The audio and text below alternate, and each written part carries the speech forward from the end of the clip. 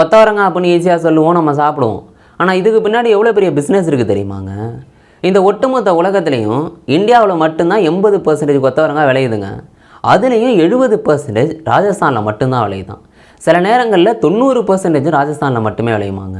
மற்ற இந்தியாவோட எல்லா ஸ்டேட்லேயும் 10% தான் விளையும். அந்த அளவுக்கு ராஜஸ்தான் சொன்னால் கொத்தவரங்காய் தான். அப்படிப்பட்ட இந்த கொத்தவரங்காயிலேருந்து கொத்தவரங்காய் பிசின் ஒன்று எடுப்பாங்க. இது பார்த்துட்டிங்கன்னா உணவுப் பொருள், மருந்து பொருள் அப்படின்னு பல இடங்களில் பயன்படுது. அதுலேயும் இந்த புதைவடி எரிபொருள் எடுப்பாங்கல்ல, இந்த கச்சா எண்ணெய், இதில் பார்த்துட்டிங்கன்னா ஹைட்ராலிக் ஃப்ராக்சரிங் அப்படின்னு சொல்லப்படுற ஒரு மெத்தட் இருக்குது. இந்த மெத்தடுக்காக இந்த கொத்தவரங்காய் பிசின் தேவைப்படுமாங்க. இதுக்காக உலக லெவலில் இந்த கொத்தவரங்காய் பிசினுக்கான தேவை இருக்குது. நம்ம இந்தியாவில் தான் 80% கொத்தவரங்காய் விளையுதுன்னு சொன்னேன். அப்போனா இதை எந்த அளவுக்கு ஏற்றுமதி பண்ணுவோம்?